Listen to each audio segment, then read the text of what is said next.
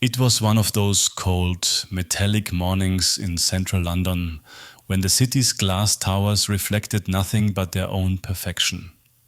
Inside the boardroom of Hale Dynamics Limited, Catherine Hale, the company's youngest ever chief executive, sat beneath the polished steel logo, signing papers that meant the end of 23 livelihoods. Her pen moved fast, elegant, merciless.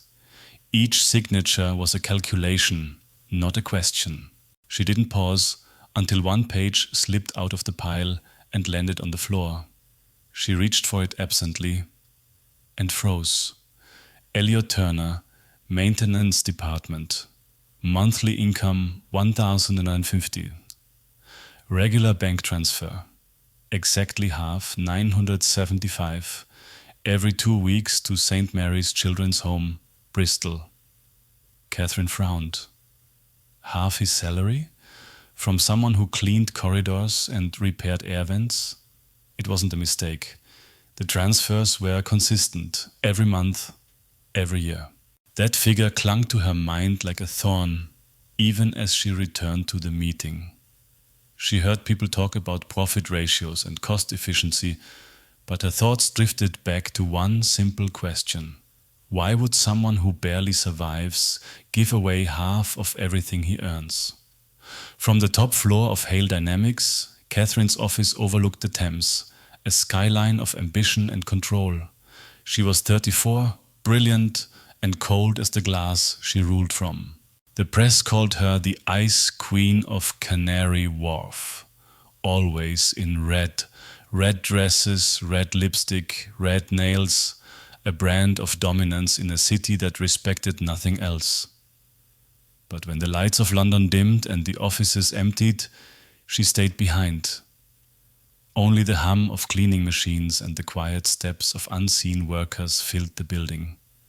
Sometimes she would glance at an old photograph on her desk, her mother smiling in front of a closed bakery in Manchester. Too kind for this world, her father had said after the bankruptcy. And from that day, Catherine had decided kindness was weakness. Still, that payslip bothered her more than she wanted to admit. Later that evening, while the rain tapped softly against the window, she opened the company's HR system again. The name appeared, Elliot Turner. No disciplinary record, no requests, no complaints. Every fortnight transfer to St. Mary's Children's Home, same amount. Attached note, for the children who might fly. Catherine leaned back in her chair. For the first time in years, a figure on paper didn't make sense to her. Not in business, not in logic, not in profit. The next morning, while reviewing another wave of layoffs, she stopped herself mid-signature. The printer beside her stuttered, jammed, and pushed out another slip. It was his again, Elliot Turner. Half his pay gone to strangers. What sort of man does that? She whispered. That question refused to leave her. That afternoon, Catherine stood in the marble lobby as Elliot passed by with his cleaning cart. She had never spoken to him before.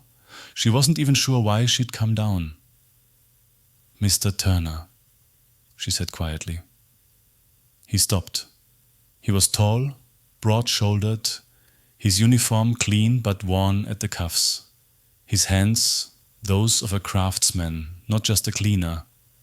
And his eyes, calm, too calm.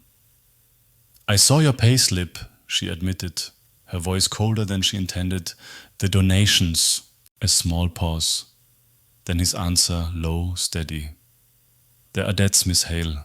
That money can't repay. I am only returning what I owe. Before she could respond, he nodded politely and pushed the cart away. The sound of the wheels echoed down the corridor long after he had gone. That night, Catherine couldn't sleep. The city lights outside flickered like questions she had no answers for. At 2 a.m. she closed her laptop, grabbed her coat, and drove through the rain, past the river, past the bridges out of London, towards a small town she hadn't visited since childhood. Destination? St. Mary's Children's Home, Bristol. The rain had turned Bristol's narrow streets into mirrors. Neon lights from a nearby pub flickered on the wet pavement as Catherine Hale's car slowed in front of a faded sign, St. Mary's Children's Home since 1954. The paint had peeled, the windows fogged, but light still glowed behind the curtains. Catherine sat behind the wheel for a long time, unsure what she was doing there. CEOs didn't drive through the night to find answers about janitors. Yet she couldn't turn back. She saw him first through the gate. Elliot Turner, still in his work overalls, standing on a ladder, repairing a broken drain pipe under the drizzle. Below him, a group of children pointed flashlights upwards, laughing every time a droplet fell on their noses. "Higher, Uncle Eli! Higher!" one of them shouted. He laughed softly, adjusted the pipe, and nodded to a nun waiting by the door. His movements were steady, almost elegant, the kind of precision Catherine had seen only in engineers, not cleaners. Something in that scene, a man fixing things in the rain while children watched in awe, made her chest tighten. It wasn't pity, it was recognition. She was looking at a kind of strength she didn't understand.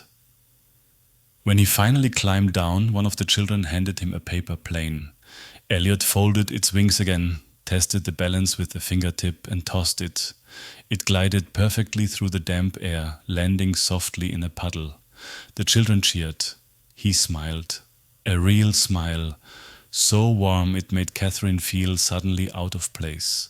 Her red coat too sharp, her world too clean. A few minutes later, a voice startled her. "Can I help you, dear?" An elderly nun had stepped to her car window, umbrella trembling slightly in the wind.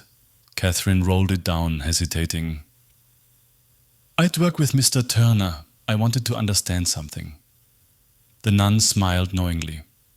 "Then you'd better come inside. Rain isn't kind to confusion." Inside, the home was simple but full of life. The smell of tea and detergent filled the air. Walls covered in children's drawings, planes, suns, clouds, and one crooked note written in crayon, "For Uncle Eli." They sat at a small table. The nun poured her a cup of sweet, overbrewed tea. "My name's Sister Constance," she said softly. "Elliot comes every week, has done for years." Catherine's voice lowered. "He gives you half of his salary." The nun nodded slowly. "Because guilt weighs heavier than money. His wife died in a lab explosion years ago. Industrial testing, aerospace project. She was a doctor helping us build an extension for the children. The paperwork was signed the same day she didn't come home." Catherine froze. "A lab explosion?" "Faulty sensor calibration," Sister Constance said. "He was the lead engineer then. The safety checks had been shortened to meet a deadline. He never forgave himself." The words hit her like a slow, deliberate echo of her own career. Shortened safety checks, deadlines, efficiency over empathy. Exactly her language. The nun's eyes softened. "He sold everything after her death. House, car, her jewelry, even his wedding ring. Paid for the hospital costs. Then he came here and said, 'I can't build machines anymore if I can't keep people alive.'" Catherine looked around. On a nearby shelf stood a rusty tin box labeled, "For the children who will fly." Inside, an old wedding photo, a child's drawing of a paper plane, and a note in careful handwriting. "For those who dream, fly where I no longer can. Love, Anna." Catherine felt something inside her chest shift, quietly but irrevocably. All her life she had believed success meant control, hardness, and distance. Yet this man who had lost everything somehow lived with a peace she couldn't buy. "Why does he still come here?" she asked. The nun smiled faintly. "Because pain isn't an excuse to stop loving. He believes guilt can only be healed through goodness." Outside, laughter echoed. Catherine turned to the window. Elliot was kneeling beside a little girl, showing her how to fold the wings of another paper plane. His smile was calm, unguarded. and for the first time in years, Catherine felt her own reflection in the glass look foreign, too sharp, too lonely. She left without saying goodbye. The drive back to London was long, silent and heavy. She didn't notice her phone buzzing with board alerts. All she could see was a man in the rain teaching a child to make a plane fly straight. Back in London, the next morning broke grey and tense. The skyline that usually filled Catherine Hale with pride now felt heavy. Every glass panel of Hale Dynamics reflected her face back at her, sharp and distant, like a warning she no longer wanted to hear. The board meeting had already begun when she entered. The air inside the conference room was thick with unease. William Hale, her stepfather and the company's chairman, drummed his pen impatiently. Next to him, Victoria Cross, her operations chief, spoke with that cool, dangerous confidence Catherine used to admire. "We'll cut 23 more maintenance positions," Victoria said flatly. "Facilities, cleaning, security, immediate notice." No one protested. Numbers ruled here. Always had. Catherine nodded automatically, signing the order, but her eyes lingered on the page. Maintenance. That meant Elliot. A brief flash of guilt flickered in her chest, quickly smothered by years of discipline. "Proceed," she said. Then the printer jammed again. Another sheet slipped free. Elliot Turner's payslip. Half his income, still going to St. Mary's Children's Home.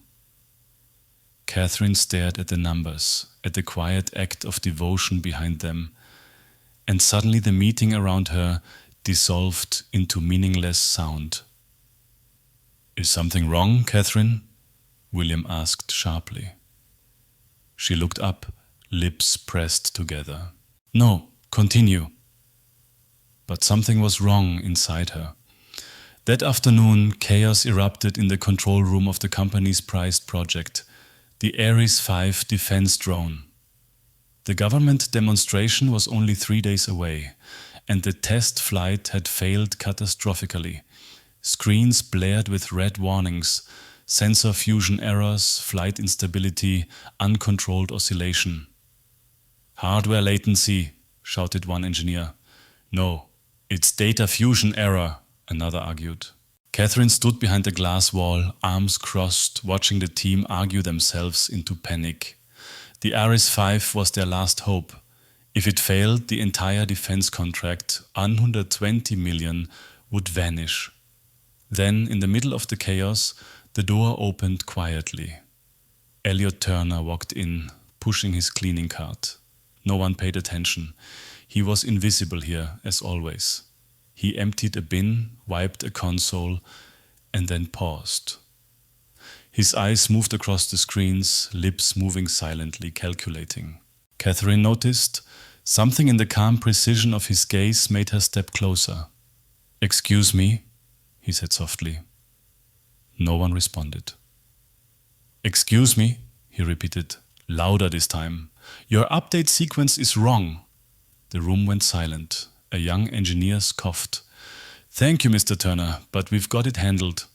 But Catherine had heard the tone in his voice, not guessing, knowing. "Explain," she said sharply. Elliot looked up. "You're running the measurement update before the time update in the Kalman filter.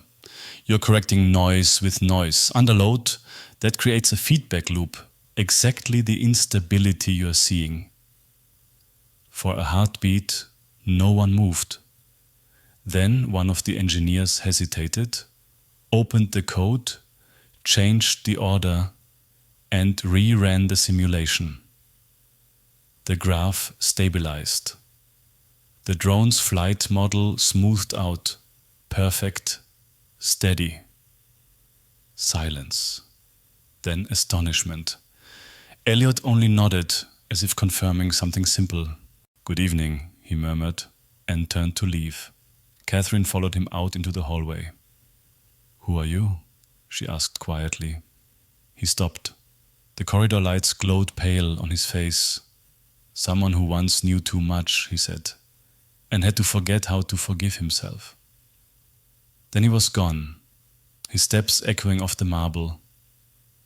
That night, long after everyone had left, Catherine sat in her office, a single lamp burning.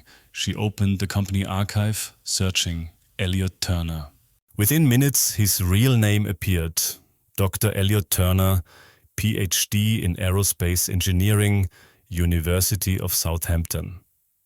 Former lead developer at Orion Flight Systems. Co-author of several research papers on autonomous stability algorithms. Resigned 3 years ago after a laboratory accident. His wife, Dr. Anna Turner, deceased. Internal note: safety testing shortened to meet deadline. Catherine's fingers trembled as she scrolled down to his resignation letter. I cannot remain in an industry that values deadlines more than lives. For the first time in years, her reflection in the black screen made her flinch. She saw not power, but resemblance. She had done the same countless times, pushed people, cut corners, signed dismissals, all in the name of efficiency. Her father's voice echoed again in her memory. Kindness ruins you. Maybe, she thought, he was wrong. Maybe what ruins us is forgetting why we started. Outside, the rain began again, soft, cleansing, relentless. Morning broke over London docklands with a thin fog that wrapped the towers like silk. Inside Hail Dynamics, the hum of machines mixed with the low murmur of tired employees. Everyone felt the pressure of the upcoming test flight, the one that could make or destroy them. But Catherine Hale was thinking of something else. Of a man who'd walked out of the lab the night before, leaving silence behind him and an uncomfortable truth in her chest. She had spent the whole night replaying his words. You're correcting noise with noise. Simple, precise, brilliant. How many people in her company even understood that? And he was cleaning corridors. By noon, Catherine had made up her mind. She found him in the small staff kitchen, sitting at the corner table with a sandwich and an old worn-out paperback about quantum mechanics. He looked up as she entered, expression calm, almost unreadable. I'd like to make you an offer, she said. He blinked once, closed the book and waited. You would head the stability protocols for the Ares 5 project, she continued. Full access, full responsibility, for 30 days. 5 times your current salary.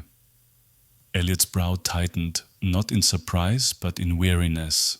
He placed his sandwich down carefully. No, he said simply. Catherine froze. I don't think you understand. Oh, I understand perfectly, he interrupted, his tone quiet but firm. I stopped being an engineer because I don't trust systems that place profit above safety. You want me to fix it just to hand it over to the Ministry of Defense. I won't do that again. His words struck deeper than she expected. Catherine felt the instinct to argue, to use the language of logic, incentives, control, but what came out instead was softer. And if I can prove it's different this time? He looked up, his gaze steady. Can you? Her throat tightened. For the first time in years, she didn't have an immediate answer. He picked up his book again, eyes drifting back to the page. Then let me finish my lunch, Miss Hale, he said quietly. If you still believe that after thinking it through, come back tomorrow. Catherine left without another word, but she didn't go back to her office. Instead, she walked into the small HR department and did 3 things she had never done before. First, she cancelled every pending redundancy in the maintenance and security teams. Second, she authorized a 15% wage increase for all facility staff, immediately effective that day. Third, she created a confidential support fund for employees facing financial or health struggles, backdated for the entire year. Then she sat back in her chair and exhaled. For a brief moment, the building felt different, quieter, lighter. Before leaving that night, she made one last decision. From her private account, she transferred 100,000 to St. Mary's Children's Home, Bristol, with a note attached. for the children who dream of flight. When the notification came through, Sister Constance looked up from her desk in surprise. Elliot, helping to repair an old heater, noticed her expression. "Something wrong, sister?" he asked. She smiled faintly. "Not wrong, no. Maybe the world just remembered it still has a heart." The next day, when Catherine walked into the lab, the air felt heavier than ever. Engineers whispered, screens flashed with red alerts. The test flight was in 2 days, and everything was falling apart again. Victoria Cross approached her, jaw tight. "The drone's core algorithms are unstable. If this fails in front of the ministry, the contract dies. We'll be finished." Catherine straightened her posture, voice calm. "Then we'll need help." Victoria frowned. "From whom? Our team is..." But Catherine was already walking towards the lower level, down the steel staircase, past the humming generators, to the maintenance floor. She found Elliot cleaning a control console. He looked up when she appeared. "Mr. Turner," she said, voice steady now, "we need you. I need you." For a moment he didn't move, then he sighed, wiped his hands on a rag and studied her face. "Once," he said slowly, "you told yourself kindness was a weakness, didn't you?" Her breath caught. "How would you know that?" He smiled faintly. "Because I used to tell myself the same thing." He hesitated, then nodded. "One chance, 30 days. After that I decide if I stay." Catherine nodded in return. Deal. That evening, as the lights of London shimmered on the river, she looked out from her office window. Below her in the lab, Elliot was already at work, sleeves rolled up, surrounded by equations on the whiteboard. His movements were calm, deliberate, like someone stitching a wound. And for the first time in her career, Catherine realized that leadership wasn't about control. It was about courage, the courage to trust. The test site stretched along the windy cliffs of Cornwall, where the sea crashed below like a restless drum. A dozen officials from the Ministry of Defense stood behind safety glass, their expressions sharp with expectation. Inside the control room of Hale Dynamics, engineers spoke in clipped, nervous tones. Every monitor glowed with streams of data from the company's proud creation, the Ares 5 drone. If this flight succeeded, the company would rise again. If it failed, Hale Dynamics would be finished. Catherine Hale stood in the front row, her hands clasped tightly. Beside her, Victoria Cross whispered, "Everything's ready. Let's pray the janitor's little fix holds." Catherine ignored the tone. Down in the command pit, Elliot Turner sat quietly before the console. His posture was calm, his face unreadable. The headset wire brushed his neck like a reminder of the weight he carried, the past, the loss, the promise he'd made. At 0900 sharp, Catherine gave the signal, "Launch!" The drone lifted gracefully into the air. Its carbon wings caught the light like silver knives. The data stream flowed green, stable, perfect. Applause rippled through the room. For the first 10 minutes, everything was textbook. Then a gust of coastal wind struck the drone head-on. The graphs flickered. "Pressure variance increasing," shouted an engineer. "Stabilizers compensating," another responded. Then alarms. The flight path twisted violently across the screen. The Ares 5 began to spin, fighting its own corrections, rising and falling in erratic bursts. "Override!" cried one voice. "System not responding." Catherine's stomach dropped. The drone was veering towards the nearby residential zone. Dozens of houses only 3 kilometers away. "Abort! Shut it down!" "It won't disconnect." In the chaos, a door opened. Elliot stepped forward, calm in the storm. His voice cut through the panic. "Give me the manual controller." Victoria snapped, "You're not authorized." But Catherine interrupted, her voice clear, commanding, "Do it. Now." Elliot's fingers flew across the keyboard. Lines of code streamed down the monitor. Deactivating safety limits, he muttered. Switching to weighted, late fusion dampening. That will crash her, someone protested. No, he said quietly. That will save her. On the big screen, the wild oscillations began to soften. The drone's frantic movements smoothed, stabilized, balanced against the wind. 20 seconds. 15. The red alert turned amber, then green. The Ares 5 adjusted its course and descended, steady as a feather. The entire room held its breath. Then, contact. The drone landed softly on the tarmac, its rotors slowing like a heartbeat returning to normal. Silence. Then applause broke out, hesitant at first, then thunderous. Engineers cheered, officials clapped, some even laughed in disbelief. Catherine turned toward Elliot. Her voice trembled. You saved it. Saved us. He shook his head slowly, eyes fixed on the monitor showing the quiet coastal village beyond. No, he said. I saved them. The people out there. That's what technology is supposed to do. At the back of the room, William Hale, the old chairman, had been watching the entire scene. His voice, rough and slow, cut through the noise. Impressive, he said. But tell me, who authorized a cleaner to override a military system? Catherine met his gaze squarely. I did, she replied, and I do it again. The room fell silent. Elliot looked at her then, truly looked. And for the first time there was no wall between them, only quiet respect. That night, as the reports poured in, Ares 5 flight success, stability breakthrough, ministry approves contract. Catherine sat alone in her office. She should have felt triumph. Instead, she thought of Elliot's words. I saved them. For the first time in years, victory didn't feel like power. It felt like relief. She looked down at her reflection in the glass window. The red dress, the polished mask, the image of control. And she wondered if it was finally time to take it off.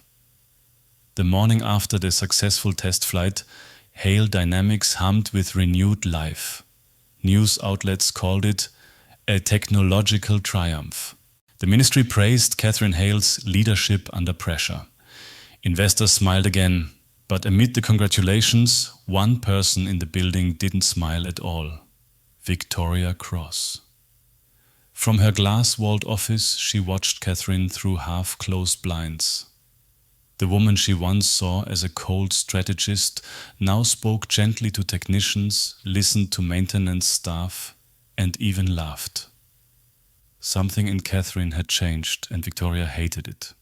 Softness, she believed, was the first crack before collapse. That afternoon, Catherine entered her office to find Victoria already waiting inside, arms folded. We need to talk, Victoria said, her tone clipped. About what? Catherine asked. About logic.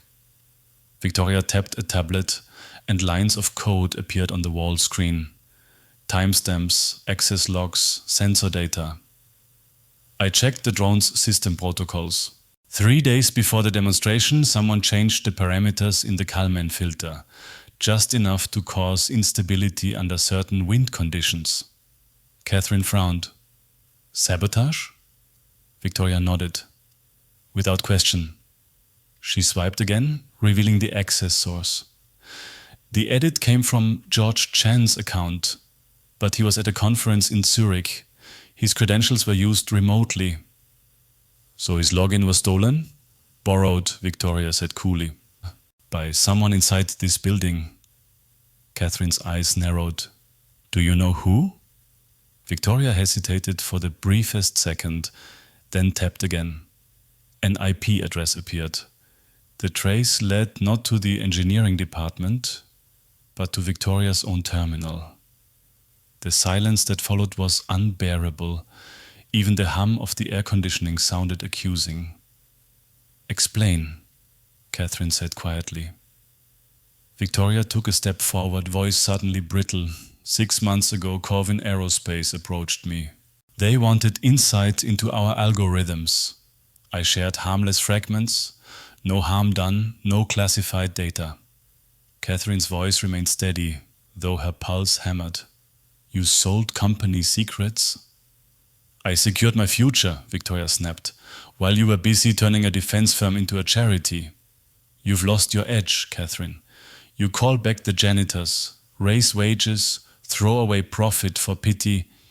You let an unqualified man control a military prototype. Do you realize how insane that sounds?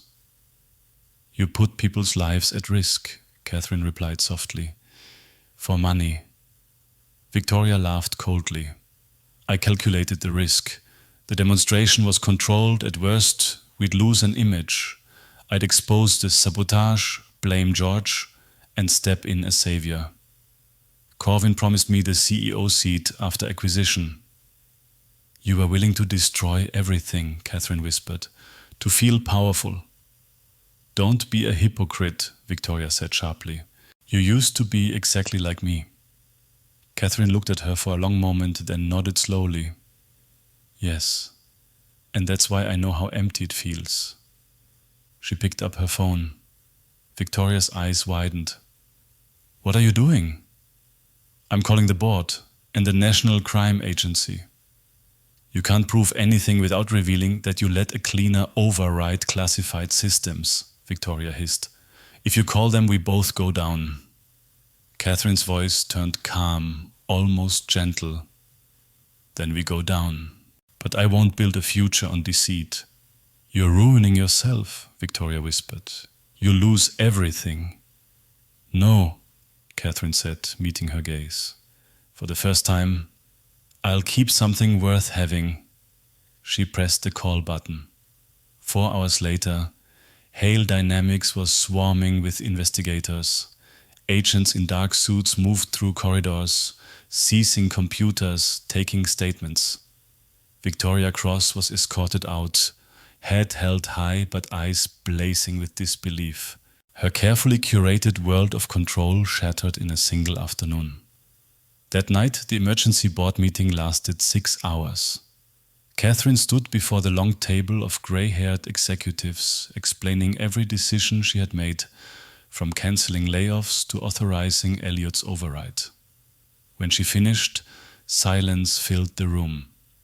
Then, slowly, William Hale spoke. His voice, usually hard as iron, was rough with emotion. I spent 40 years teaching you that numbers matter most. Efficiency, precision, profit, and I was wrong.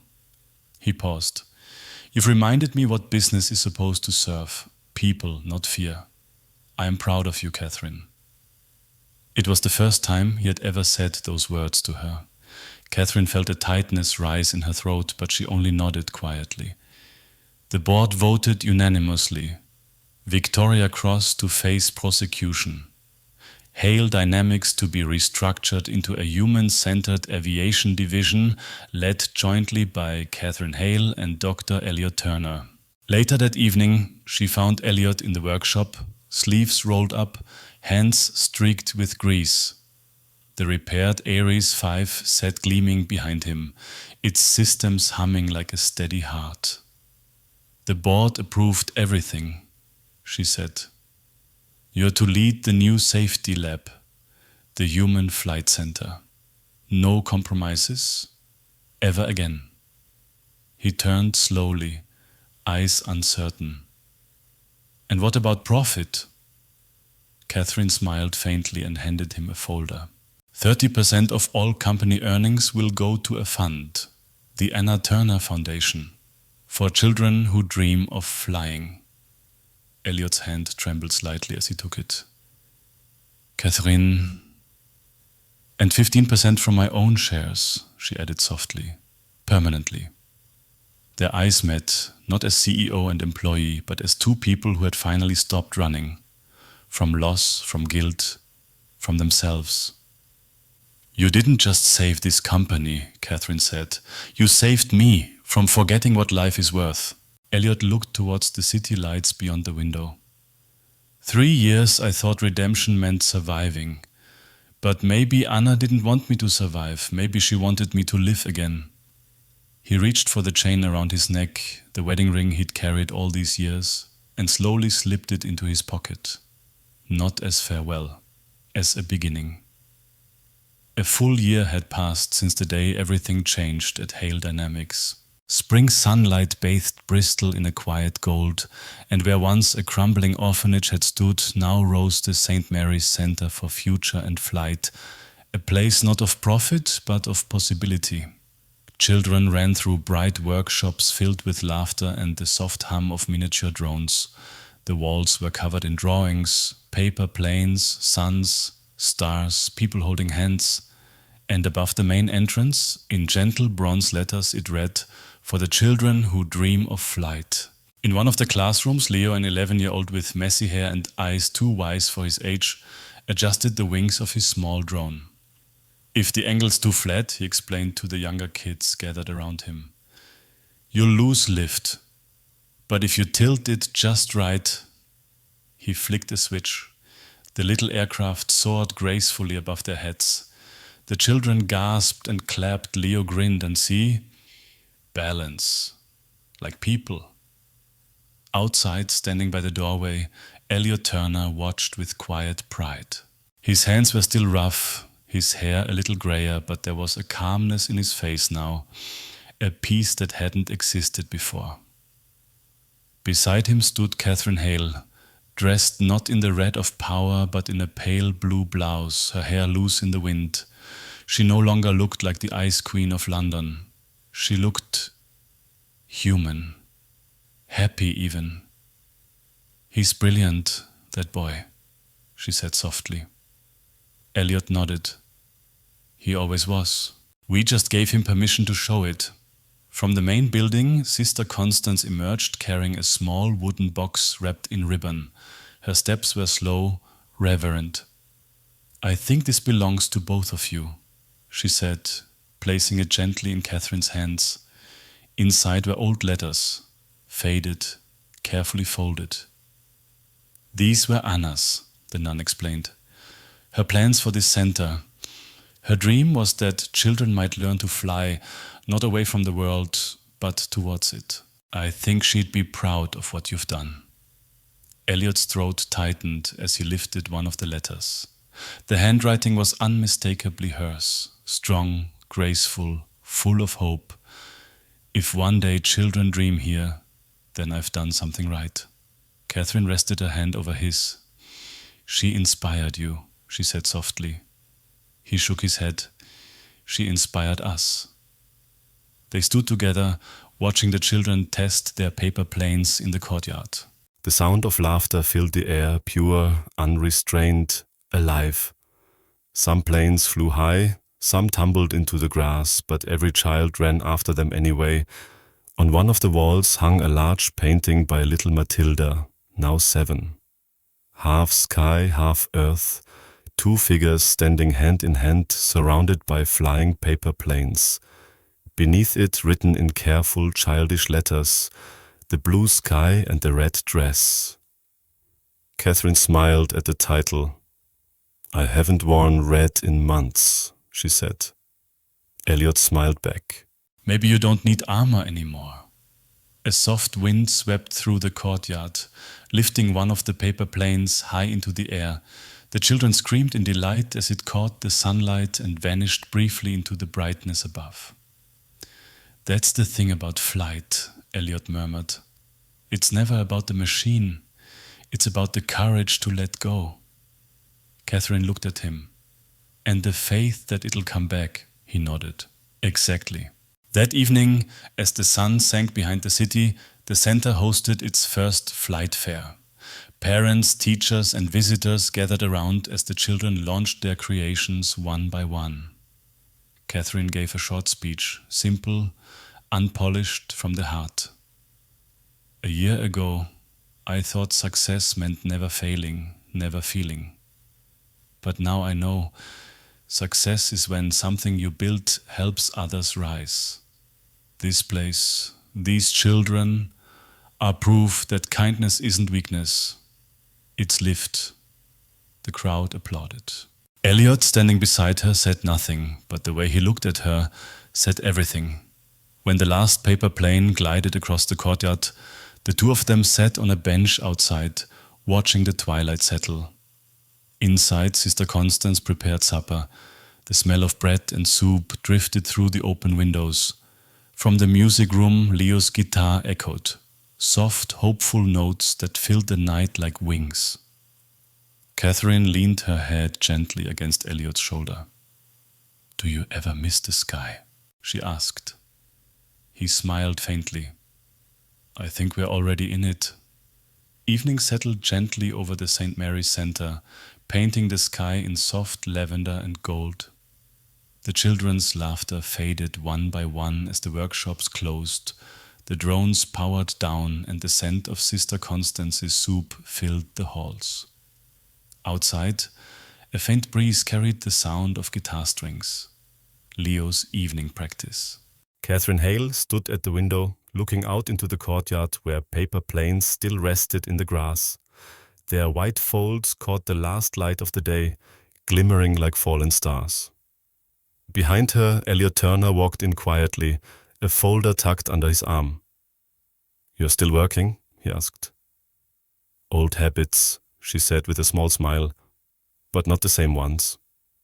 He set the folder down on the table. Inside were the blueprints for the next generation of drones. Models designed not for war, but for rescue, research, and environmental aid. Across the title block, one line stood out: human flight systems. Safety, first, always. Catherine traced the letters with her finger. Do you ever think about how strange this all is? That a company once built for power now builds for protection? Elliot leaned beside her at the window. Maybe that's not strange at all. Maybe it's evolution. The kind that doesn't come from technology, but from people. She looked at him. You really believe that? He nodded. Because I've seen it. In you. For a moment, silence filled the room. Only the soft rhythm of Leo's guitar remained, steady and hopeful. Then, from outside, a child's voice called up, "Miss Hale! Mr. Turner! Look!" They stepped to the balcony. Below, a group of children had gathered in the courtyard, holding a large paper plane, bigger than any they'd made before. It took 3 of them to carry it. Across its wings, written in thick blue marker, were the words, "Thank you for teaching us to fly." Catherine felt her throat tighten. They made it themselves? Elliot nodded. Every one of them. Even Matilda drew the clouds. The children counted down. 3, 2, 1. They ran together, releasing the paper plane into the evening air. It caught a current, lifted, and glided smoothly, curving toward the fading sun. For a few beautiful seconds, it seemed alive, a quiet symbol of everything rebuilt, everything forgiven.